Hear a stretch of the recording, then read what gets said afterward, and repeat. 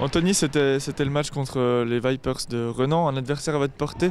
Vous les teniez pendant 2 tiers et après, ça s'est un peu moins bien passé, mais il y a quand même du très bon à relever. Ouais, effectivement, dans les 2 premiers tiers, on les a tenus. Certes, on a pris 2 goals dans le premier tiers, mais on a vu qu'on a pu les tenir, qu'on a eu quand même des occasions.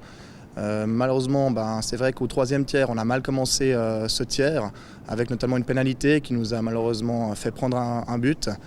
Mais c'est vrai que dans l'ensemble, on s'est battu vraiment comme des diables jusqu'au bout. Après, c'est clair qu'on a manqué des occasions et puis de l'autre côté, les Vipers ont pu en mettre de leur côté. Donc du coup, c'est clair qu'à la fin, le score il est là.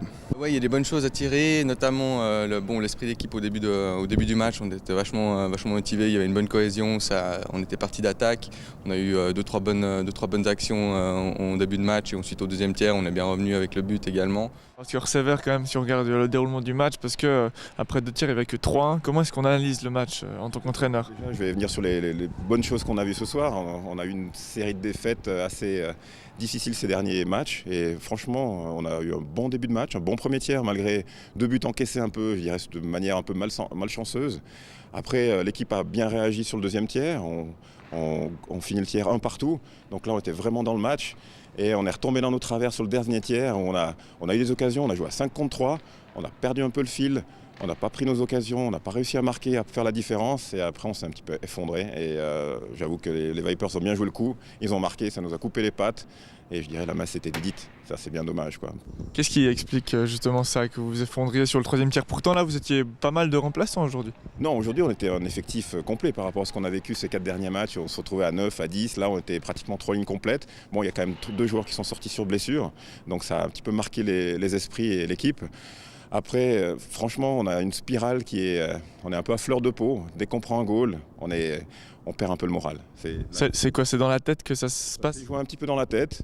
Vipers a bien joué, mais franchement, pour moi, c'est dans la tête. On aurait dû garder la cohésion de manière plus solide sur le 3e tiers, parce qu'on avait un bon coup à jouer. À 1-3, rien n'était fait. On était tout proche, et d'un coup, on s'effondre. Et après, Vipers a bien joué le coup. Il faut leur rendre quand même rendre le mérite.